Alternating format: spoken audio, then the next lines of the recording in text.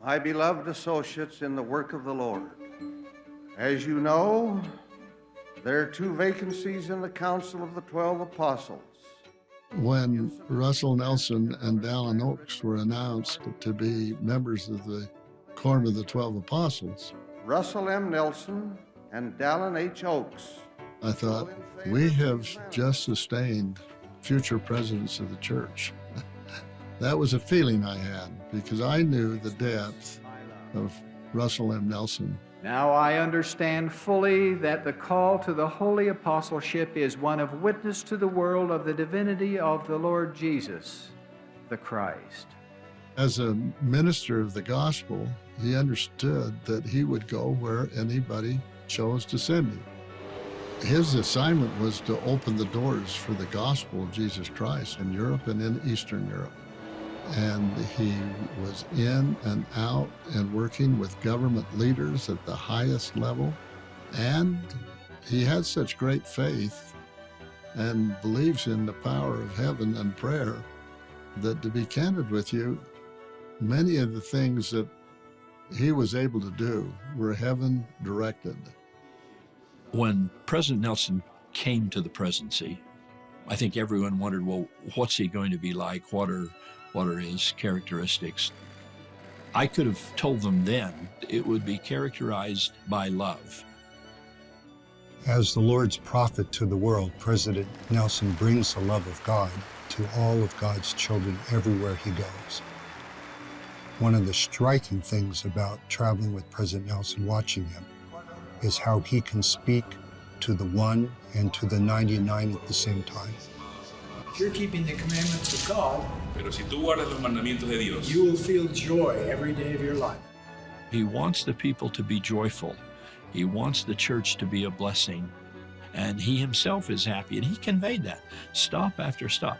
He talks to kings, he talks to prime ministers, he talks to everyone with that same spirit. And part of it is that he's so desirous that they will feel God's love for them. And he does that in a way that they just know that this is God's prophet.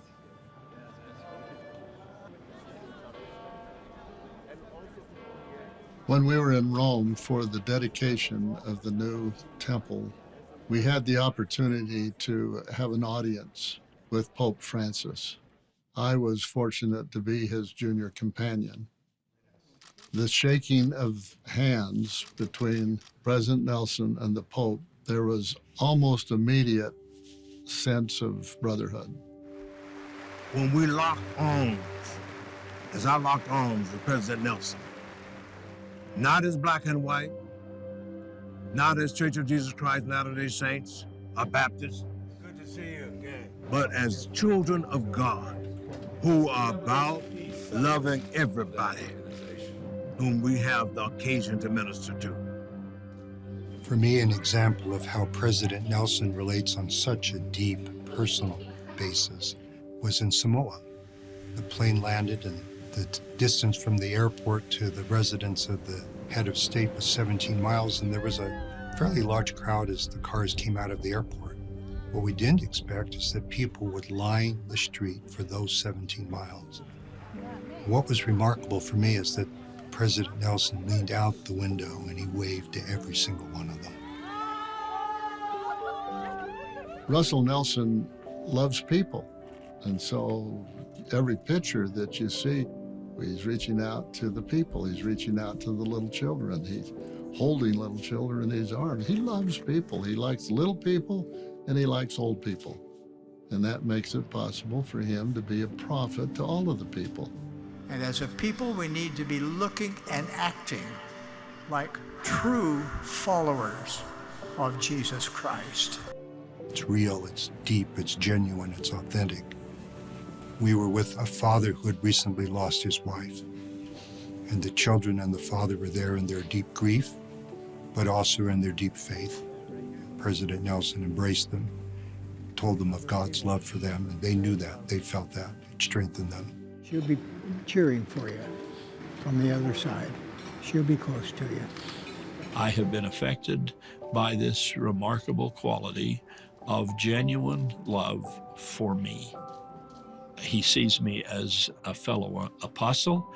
He sees me as someone who needs to work hard. He sees me as someone who has assignments and I need to go do them. But through that and behind that and above all of that is that I know he loves me. And I want to be that way. I want to convey that to other people. Genuine affection, genuine love that marks him as a true prophet, a disciple of Christ. We can all love each other more and better, and we can take that lead from Russell Marion Nelson. President Nelson, happy birthday, and many more to come. Happy birthday, President Nelson. We love you.